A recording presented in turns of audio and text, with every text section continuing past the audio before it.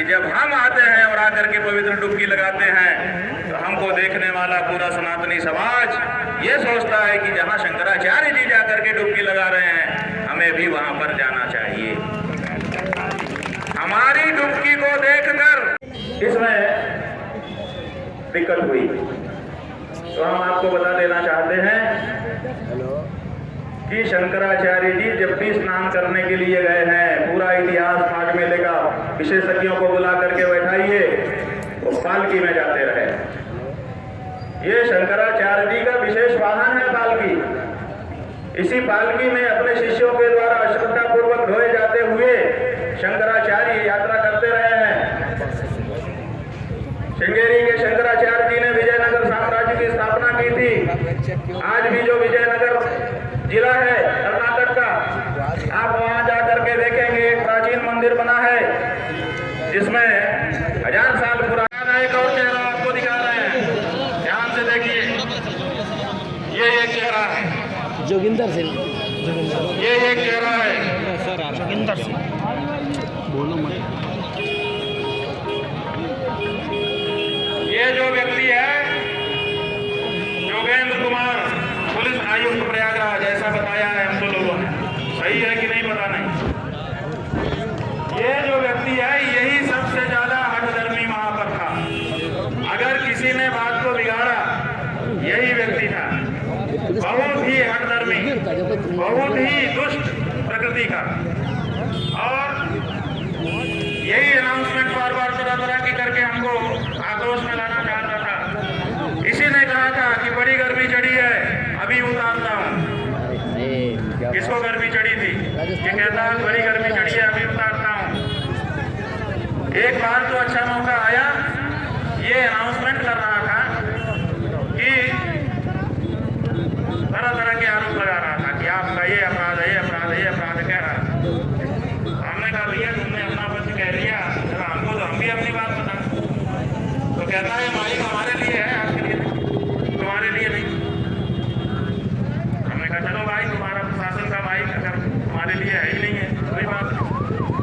और दूसरा एक अच्छा मौका आया, ये अनाउंसमेंट कर रहा था कि जहाँ पर बहुत भीड़ है वहाँ पर इन्होंने अपना रंग खड़ा कर दिया है, जिसके कारण पब्लिक को बड़ी दिक्कत हो रही है। हालांकि वहाँ नहीं हो रही थी, वो तो एक कोने में था स्थान। तो हमने उससे कहा कि अगर दिक्कत हो रही है तो जवानों को कहे कि वहाँ खड़ा करवा दो जहाँ खाली है। हमने क्या गलत प्रस्ताव किया? अगर इनको हमको बात भी करना था तो पहले आके यही तो कहना चाहिए था, महाराज जी जरा इधर कर ले, थोड़ा बात करनी, तो ये एकांत में ले जाते, ये समस्या ही ना उत्पन्न होती।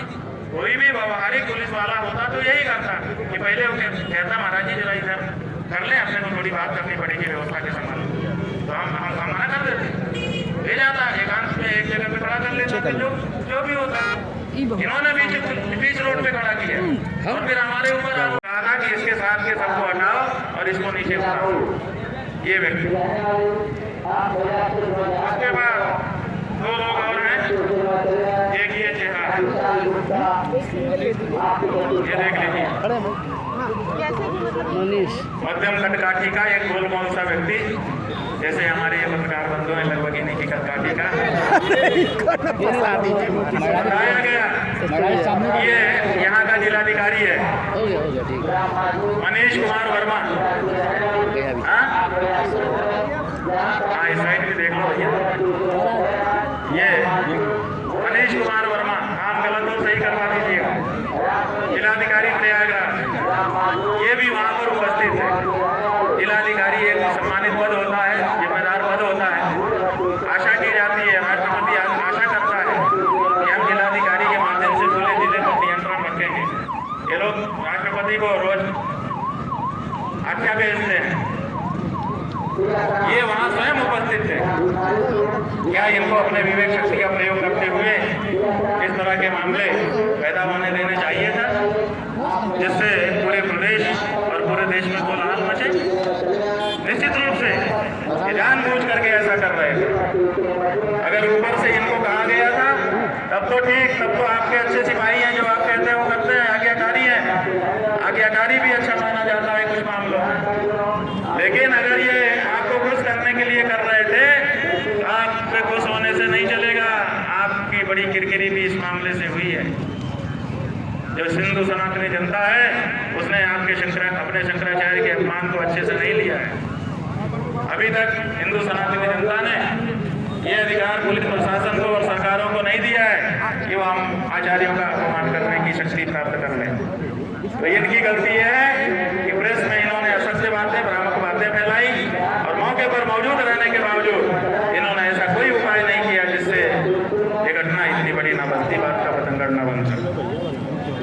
और बंधु, अब जो चित्र हम दिखा रहे हैं, जैसे किसी मैच में मैन ऑफ मैच होता है, मैन ऑफ द मैच, जैसे किसी फिल्म में खलनायक होता है, समझ लो वो चित्र हम दिखा रहे हैं। ये देखो, ये व्यक्ति, ये जो व्यक्ति है, ये असली व्यक्ति है। इसी ने सबसे पहले आके हमारी पालकी रोकी। इसी ने जब अंदर हमारे शिष्य ले जाए गए पुलिस द्वारा पकड़ के घसीट के, इसी ने उनको सबको मारा। अगर ये लोग चोटिल हैं, जितने लोग चोटिल हैं लगभग सब इसी की मार से चोटिल हैं। यही सबको मार रहा था अंदर जाकर। जो ले जाया जाता था उसी को ये मारता था और बेरहमी से मारता था।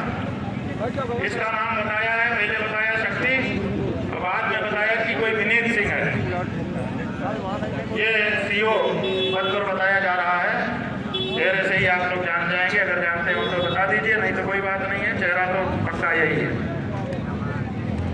ये जो व्यक्ति है ये मारपीट कर रहा था, बुरा बर्ताव कर रहा था, मुंह से गालियां निकाल रहा था। और सबसे बड़ी बात, इसने लात से मारे, इसने घूसा मारा, इसने गिरा करके मारा, इसने छड़ी छीन करके हमारे ब्रह्मचारी की उस छड़ी से इनको मारा। इसने धमकी दी कि तुम्हारी जिंदगी खराब कर देंगे और ब्रेन वॉश भी किया। हमारे एक नंदी सन्यासी को कहा कि डंडा लेकर के क्या घूम रहे हो, कुछ पढ़ो लिखो, बर्बाद हो जाओगे। ये कौन होता है ये बताने वाला किसी को कि कौन कैसे बर्बाद होगा और कौन कैसे क्या? इसके लिए इसको यहाँ पे बाकी कपड़ा पहना करके भेजा गया है, ये सन्यासियों को उपदेश दे। हमने किसकी जिंदगी बर्बाद की है बताएं? क्या गोविंद पादाचार्य जी कितने IAS IPS निकले हैं इसके? शंकराचार्य जी को जीवन को बर्बाद कर दिए। 8 साल की उम्र में उन्होंने संन्यास उनको दे दिया था। बताइए, आदि शंकराचार्य को 8 साल की उम्र में संन्यास देने वाले गुरु गोविंद पादाचार्य जी क्या शंकराचार्य के जीवन को बर्बाद कर रहे थे? क्या शंकराचार्य जी पढ़े लिखे नहीं? क्या उनको पूरा संसार विद्वान नहीं मानता है? केवल फिर पुलिस में भर्ती होकर के और ऐसे काम करने वाला वही विद्वान होता है? ये हमारे लड़कों का हमारे विरुद्ध मानसिक परिवर्तन करना चाहता है। ये असली खलनायक था। एक वो जिसने रोका, एक ये जिसने लोगों को मारा पीटा और चोट पहुंचाई। बहुत बड़ा अपराध किया है इन्होंने। सब लोगों की मेडिकल हो गई है, 3 लोग भर्ती थे, उनका प्राथमिक उपचार हुआ है, अभी और उपचार चलेगा। ये हमारे 14 वर्ष के महात्मा, इनको हम जानते भी नहीं हैं। ये तो भीड़ में कहीं से सम्मिलित हो गए थे। हमारा ये पीला दुपट्टा बांध लिया था गले में इन्होंने, बांध। यही इनका दोष है। कहाँ से आए हो? मध्य प्रदेश से आए, पिपरिया से। पिपरिया हमारा कार्यक्रम था, वहाँ इन्होंने हमको देखा होगा तो आ गए। अब ये जो है ये मार खा के पड़े हैं। सब लोगों की मेडिकल रिपोर्ट सब तैयार हो गई है। पुलिस हमारी रिपोर्ट लिखेगी नहीं, हमने ईमेल से उनको रात को भिजवा दिया है। हमको पता है कि वो नहीं लिखेंगे, बायस्ड है। एक बात हम जरूर यहाँ कहना चाहेंगे कि जो बिना स्टार की पुलिस, जो 1 स्टार 2 स्टार और 3 स्टार वाली पुलिस वहाँ थी, उसमें से अधिकांश बड़े विनम्र थे और वो परिस्थितियों से दुखी दिखाई दे रहे थे। उनके चेहरे हम देख रहे थे। ये जितना काम हो रहा था बड़े बड़े लोगों के द्वारा हो रहा था। उसके बाद वाली जो रैंक थी वो सब इस दृश्य को देख करके मर्माहत दिखाई दे रहे थे। उनके चेहरे पे एकदम दुख दिखाई दे रहा था। एक प्रो के रोके तो हमने देखा आंख में आंसू भी थे। हालांकि वो काम उन्हीं का कर रहे थे, पकड़ धकड़ के ले जा रहे थे, लेकिन हम देख रहे थे कि जो घसीटते हुए ले जा रहे थे उनका तरीका अलग था, और बाकी पुलिस भी ले जा रही थी लेकिन तरीके से पकड़ के ले जा रही थी। बल पूरा लगा करके उनको कब्जे में करके फिर ले जा रही थी, और बाकी तो घसीटते हुए बाल पकड़ के घसीटते ले जा रहे हैं, वहाँ पकड़ के घसीटते ले जा रहे हैं, बीच में लात भी मार दे रहे हैं, गिरा के पटक भी दे रहे हैं। लेकिन जो नीचे रैंक की पुलिस थी, इसीलिए कभी कभी लगता है कि भगवान बहुत बड़ा न बनाए, क्योंकि बहुत बड़ा बनने में बहुत पापी बनना पड़ता है। कल हमने देखा, तो खैर जो हमने देखा था हमने वो आपको बता दिया, जो कल की घटना थी वो हमने बता दी। हम चाहेंगे कि प्रशासन की ओर से, जनता की ओर से जो भी प्रश्न हो विस्तार से आप हमसे एक एक करके पूछ लें, कोई भी प्रश्न निरुत्तरित नहीं होना चाहिए। इस प्रेस कॉन्फ्रेंस से सबके प्रश्नों का उत्तर हो जाना चाहिए। और अंत में हम यही उपसंहार करते हुए कहना चाहेंगे कि हमारा मन हो गया था कि हम यहाँ से चले जाएं, लेकिन मन में एक दुविधा थी कि प्रयाग क्षेत्र का कैसे परित्याग करें। दुनिया छोड़ करके तो धर्म क्षेत्र में आए, अगर धर्म क्षेत्र को छोड़ेंगे तो कहाँ जाएंगे, और साथ ही साथ गंगा जमुना को कैसे छोड़ा जा सकता है, संगम तीर्थ को कैसे छोड़ा जा सकता है, प्रयागराज को कैसे छोड़ा जा सकता है, बेड़ी माधव को, मनकामेश्वर को, भरद्वाज ऋषि को कैसे छोड़ा जा सकता है। तो आज द्वारका के शंकराचार्य जी महाराज ने हमको टेलीफोन करके रास्ता बता दिया। उन्होंने कहा कहीं मत जाओ, अगर तुम्हारी टेक है कि तुम शिविर में तभी घुसे हुए जब सम्मान जो छीनने का प्रयास किया गया है उसको प्रशासन रिस्टोर कर दे, तो ठीक है। जब तक ये नहीं हो जाता है तब तक फुटपाथ पर रहो, कोई दिक्कत नहीं है, लेकिन प्रयाग में रहो। और जो गौ रक्षा के लिए प्रेरणा यात्रा तुमने शुरू की है उसको पूरा करो। तो हम यहाँ पर हैं, हमारी जो प्रेरणा यात्रा 5000 शिविर के सामने जाकर के होने वाली है वो कंटिन्यू रहेगी। हम कोशिश करेंगे, प्रयास करेंगे कि सब शिविरों के सामने जाएं, सब संतों से संवाद करें। और एक बात और बताएंगे, भेद डालने का प्रयास कैसे हो रहा है। पहले तो 2 तरह के दृश्य दिखा दिए कि एक लोगों को कारपेट बिछा रहे हैं और एक लोगों को कह रहे हैं कि ये नहीं होने देगा।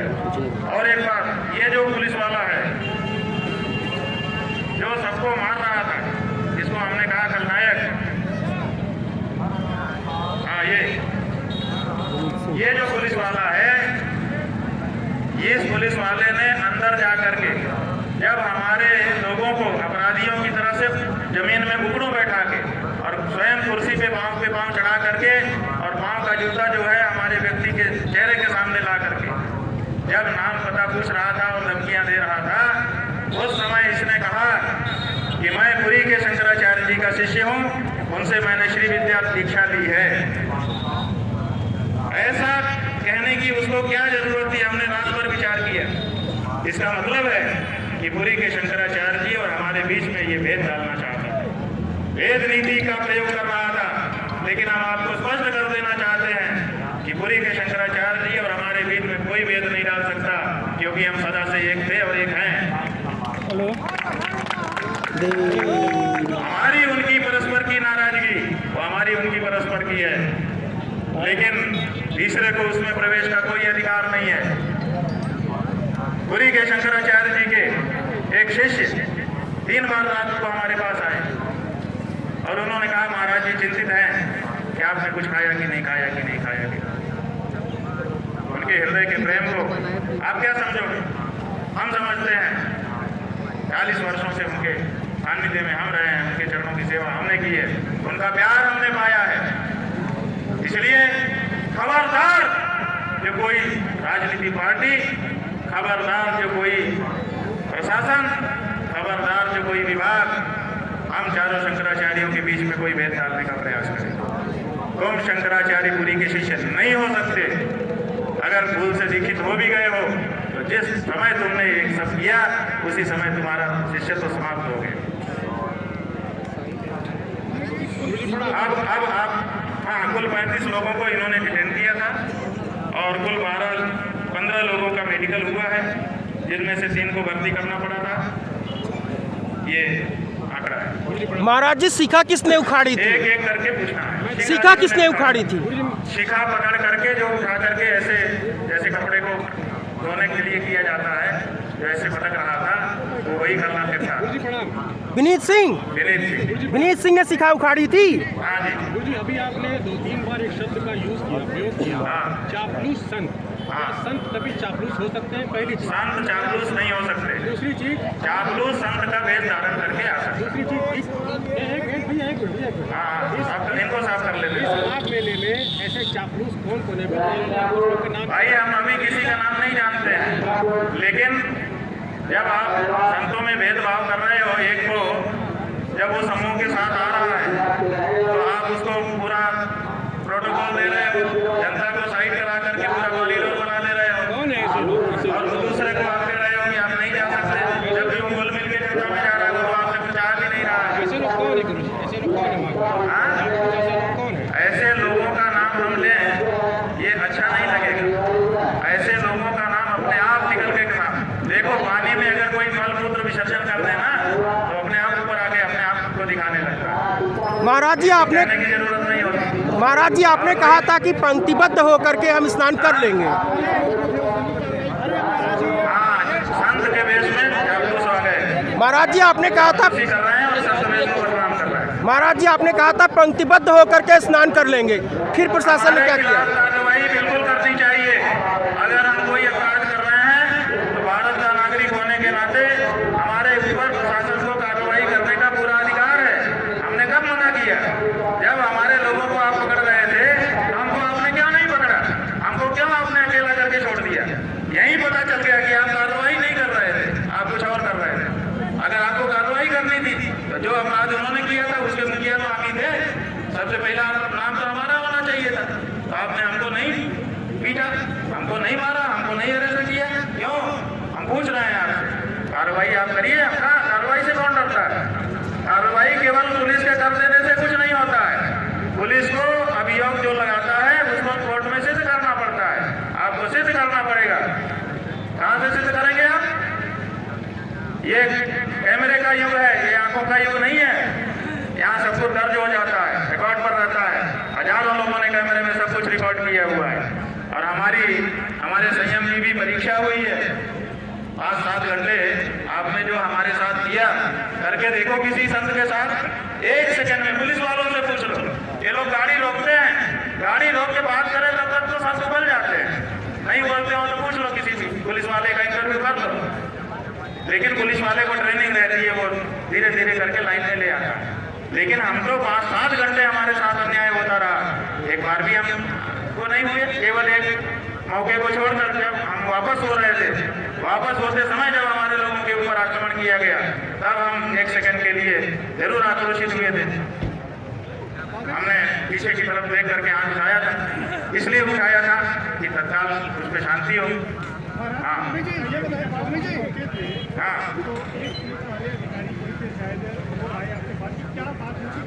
वही जो मारपीट करने वाला था ना, विनीत सिंह, वही आया था। उसने हमको कहा कि आप नीचे उतर जाइए। हमने कहा भैया क्यों? बोले परंपरा नहीं है। हमने कहा इसमें परंपरा की क्या बात आ गई? तो वो कहता नहीं आप नीचे उतर जाइए।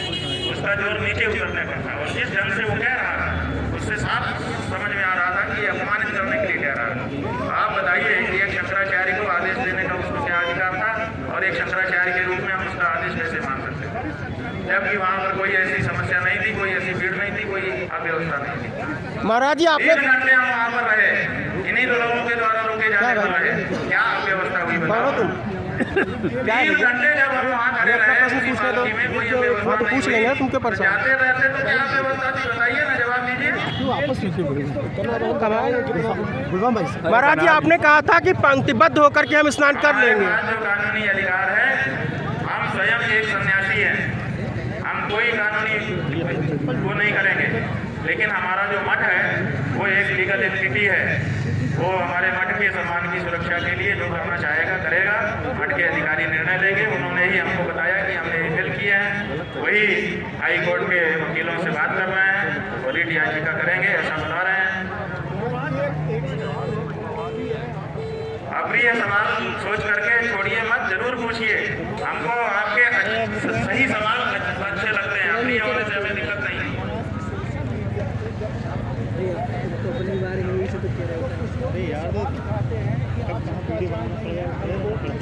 बात यह है कि हम अगर शंकराचार्य नहीं है तो इसका निर्णय कौन करेगा? सोशल मीडिया चलाने वाला फेसबुकिया निर्णय करेगा कि हम शंकराचार्य हैं कि नहीं? माघ मेले का प्रशासन वो निर्णय करेगा कि हम शंकराचार्य हैं कि नहीं? फकत मुरली बजाने से कन्हैया हो नहीं सकते, जिसे राधा कहे मोहन वही घनश्याम होता है। सुनो, शंकराचार्य वो है जिसको बाकी 3 पीठ के शंकराचार्य कहें कि शंकराचार्य है। तो बाकी 3 पीठ में से 2 पीठ के शंकराचार्य हमको शंकराचार्य कहते हैं। पिछले माघ मेले में हमको साथ लेकर के स्नान कर चुके हैं। जब स्वयं श्रृंगेरी के शंकराचार्य, द्वारका के शंकराचार्य हमको कह रहे हैं कि हम शंकराचार्य हैं, हमको साथ में लेकर स्नान कर रहे हैं, आपको इस प्रमाण की आपको जरूरत है। ये प्रशासन तय करेगा कि हम शंकराचार्य हैं कि नहीं है? उत्तर प्रदेश का मुख्यमंत्री तय करेगा कि भारत का राष्ट्रपति तय करेगा? भारत के राष्ट्रपति को भी अधिकार नहीं है कि वो तय करे कि कौन शंकराचार्य है। शंकराचार्य का निर्णय शंकराचार्य करते हैं और हम निर्णीत हैं। पुरी के शंकराचार्य जी ने हमारे बारे में कुछ नहीं कहा है। उन्होंने न तो कहा कि ये नहीं है और उन्होंने न तो कहा कि ये है। वो साइलेंट है। उनका जो एफिडेविट सुप्रीम कोर्ट में आया था, पहले बताया गया कि उन्होंने विरोध किया है। जब हम लोगों ने एफिडेविट की कॉपी निकाली, उसमें उन्होंने लिखा हुआ है कि हमसे कोई समर्थन मांगा नहीं गया, इसलिए हमने दिया नहीं। उनका इतना ही वक्तव्य है। तो 2 शंकराचार्यों का प्रत्यक्ष लिखित व्यवहारिक समर्थन और तीसरे पीठ के शंकराचार्य की मौन स्वीकृति हमारे साथ है। और कौन शंकराचार्य है ज्योतिष पीठ का? बताइए। हम हैं ज्योतिष पीठ के शंकराचार्य, निर्विवाद रूप से है। और अगर कोई विवाद उठाता है, इसका मतलब कि वो दूषित भावना वाला है। और अगर जो अपने आप को कहता है कि मैं ज्योतिष पीठ का शंकराचार्य हूँ, वो आकर के बात करे।